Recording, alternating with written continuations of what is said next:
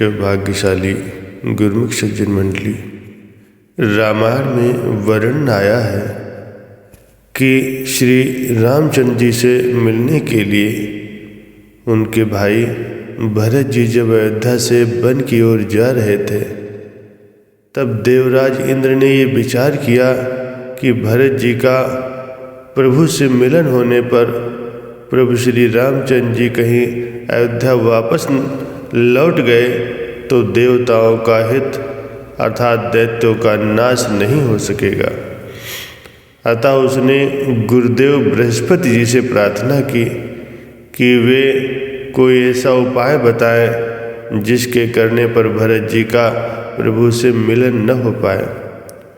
परंतु देवगुरु ने उसे ऐसा कुछ भी न करने और स्वार्थ मोह को त्यागने का उपदेश दिया और बताया कि मर्यादा पुरुषोत्तम भगवान श्री रामचंद्र जी ने आज्ञा पालन को कितनी महत्ता प्रदान की है। भरत जी जब वन में प्रभु से मिले, तब एक समय प्रभु श्री रामचंद्र जी गुरुदेव वशिष्ठ जी के चरण कमलों में प्रणाम कर बैठे ही थे कि गुरुदेव ने भरत जी को बुलवा लिया। उन्होंने भी उनके चरणों में प्रणाम किया और आज्ञा पाकर बैठ गए। तभी ब्राह्मण, महाजन, मंत्री आदि सभासद भी वहाँ एकत्र हो गए। मुनि वशिष्ठ जी देश, काल और अवसर के अनुसार विचार करके वचन बोले, हे सर्वज्ञ, हे सुजान, हे धर्म, नीति, गुण और ज्ञान के भंडार राम, सुनो। तुम सबके हृदय में बसते हो और सबके भले बुरे भाव को जानते हो। जिसमें अयोध्या वासियों का, माताओं का और भरत जी का हित हो, वही उपाय बताओ। मुनि के वचन सुनकर रघुनाथ जी कहने लगे, हे नाथ, उपाय तो आप ही के हाथ में है। सब कर हित रुख राउर राखे, आयस किए मुदित भुर भासे। प्रथम जो आयस मोह कहु होई, माथे मान करो सिख सोई। आपका रुख रखने में और आपकी आज्ञा को सत्य कहकर प्रसन्नतापूर्वक पालन करने में ही सबका हित है।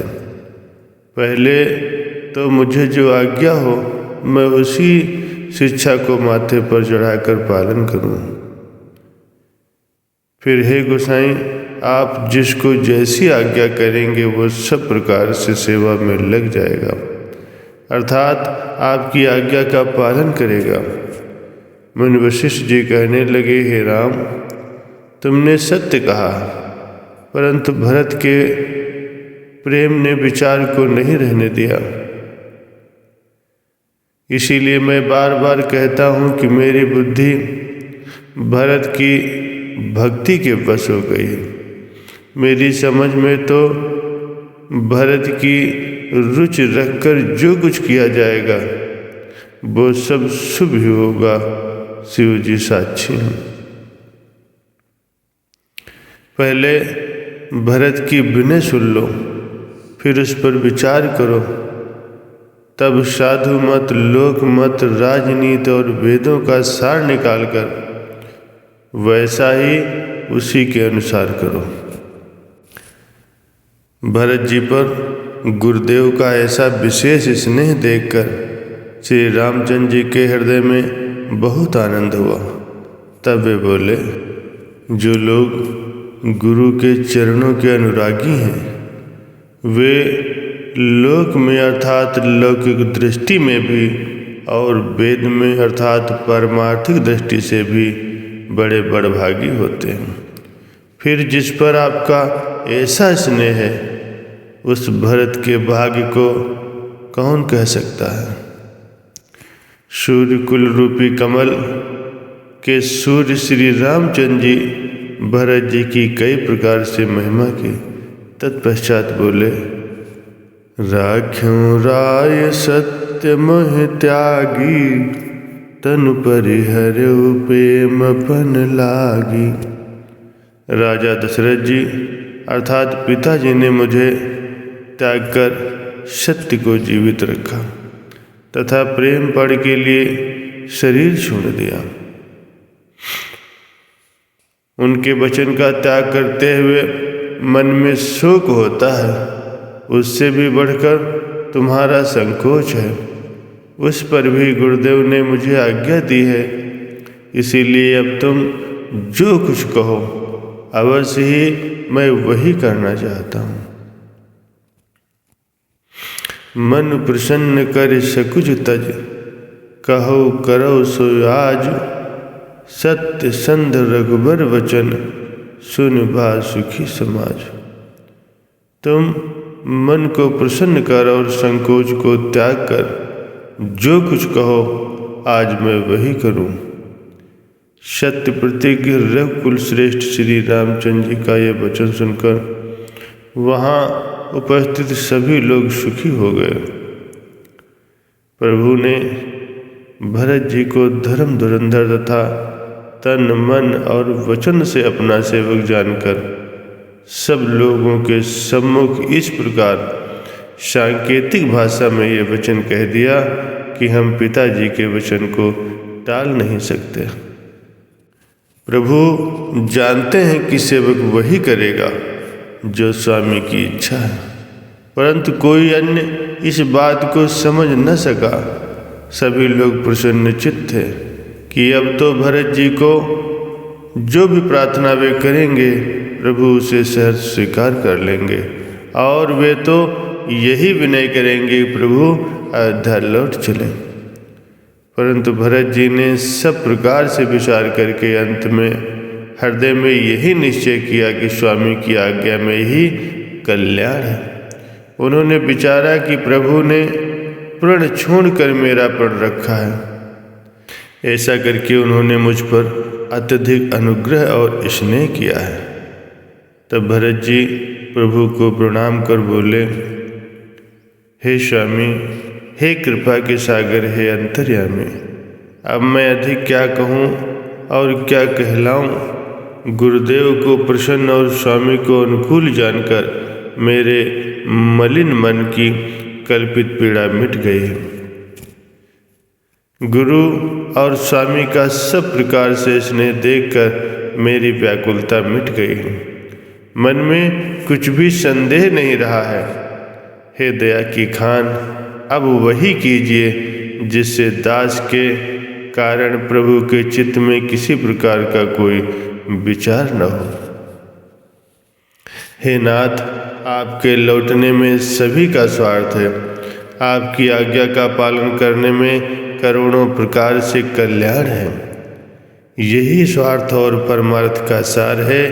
समस्त पुण्यों का फल और संपूर्ण शुभ गतियों का श्रृंगार है। हे प्रभु, आपके चरण कमलों की रज जो सत्य पुष्प और सुख की सुहावनी सीमा है, उसकी शपथ करके मैं आपके हृदय को जागते सोते और स्वप्न में भी बनी रहने वाली इच्छा प्रकट करता हूँ।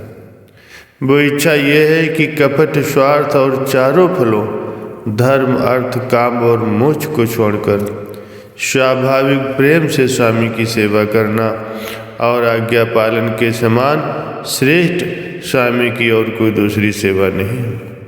हे देव, अब वही आज्ञा रूप प्रसाद सेवक को मिल जाए। गुरु वशिष्ठ जी की आज्ञा के अनुसार सूर्य कुल भान श्री रामचंद्र जी ने निर्णय अर्थात अपने वनवास अथवा अयोध्या लौट जाने का सारा उत्तरदायित्व अपने अनुज भरत जी पर डाल दिया। स्वयं पर गुरुदेव और स्वामी की ऐसी महान अनुकंपा जानकर लोक कल्याण हेतु भरत जी ने स्वामी जी की आज्ञा को सिरोधार्य करने का संकल्प किया। प्रभु ने उन्हें राजा दशरथ जी अर्थात पिताजी की आज्ञा का पालन करने का उचित परामर्श दिया। तब भरत जी ने करबद्ध ये प्रार्थना की, जेहि उपाय पुण्य पाय जन, देखे दीन दयाल, जो सिख दे अवध लग, कौशल पाल कुशाल। हे दीनदयाल, जिस उपाय से ये दास फिर चरणों का दर्शन करे, हे कौशलाधीश, हे कृपालु, अवधि भर अर्थात 14 वर्ष के लिए मुझे वही शिक्षा दीजिए। भरत जी ने सांकेतिक भाषा में अवधि भर के लिए प्रभु के दोनों खड़ाऊ मांग लिए, जिन्हें वे अयोध्या के राज सिंहासन पर विराजमान करना चाहते हैं। तब प्रभु के हृदय में ये संकोच और प्रेम उत्पन्न हुआ कि एक ओर तो भरत जी का प्रेम है और दूसरी ओर गुरुजन, मंत्री और समाज उपस्थित है। अंततः भरत जी के निर्मल प्रेम के बस होकर कमल नयन भगवान श्री रामचंद्र जी ने कृपा कर अपनी चरण पादुका उन्हें दे दी और भरत जी ने उन्हें आदरपूर्वक अपने सिर पर धारण किया।